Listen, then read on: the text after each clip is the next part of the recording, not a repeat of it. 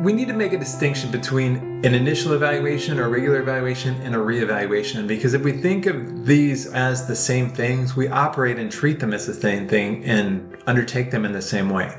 And that really undermines the power of the reevaluation to really help us with our caseload size and define our goals better. So the main differences between a speech language evaluation and a reevaluation lie in why we're doing them, like the purpose, our focus, and data collection methods. So purpose, so initial evals, we have to determine if a child has a communication order and if he qualifies for the first time for special education. Reevaluation is the other end of it, right?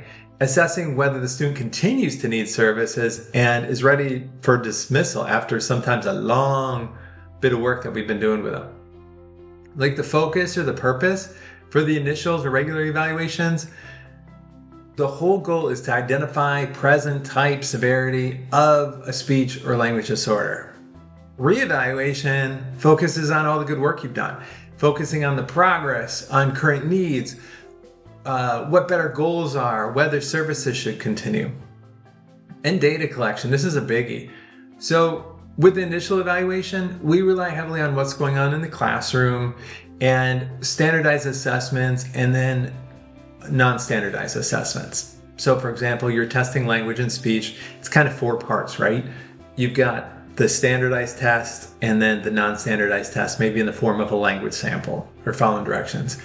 You've got this standardized and non-standardized portion of their sound. So maybe again, the Goldman-Fristow, and then the language sample, checking for intelligibility and everything.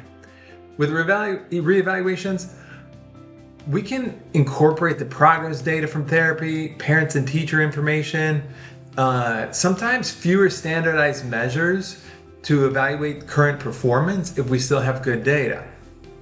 So it begs the question, are we doing them differently? I know that when I started out, a reevaluation was not much different than an evaluation. Now, when a reevaluation comes up, I'm assembling the data needed to eventually write this report from the many meetings I have with parents and teachers, as well as my interactions with students throughout therapy. When I'm in those IEP meetings, I actually have a template open for the evaluation so that I have the information collected go right into areas where I can work with the data. Plus, the progress notes are basically baseline data, dynamic assessments, and non-standardized testing. These are ways to use these tasks we're already doing to serve as part of a report we already know we have to write. We just have to think about it and plan for it way in the beginning. So these small experiences and these small events, meeting with parents, meeting with teachers, doing a progress note, we see them in their role in that evaluation, and we can use these naturally occurring interactions from the beginning of the school year on to write this eventual report.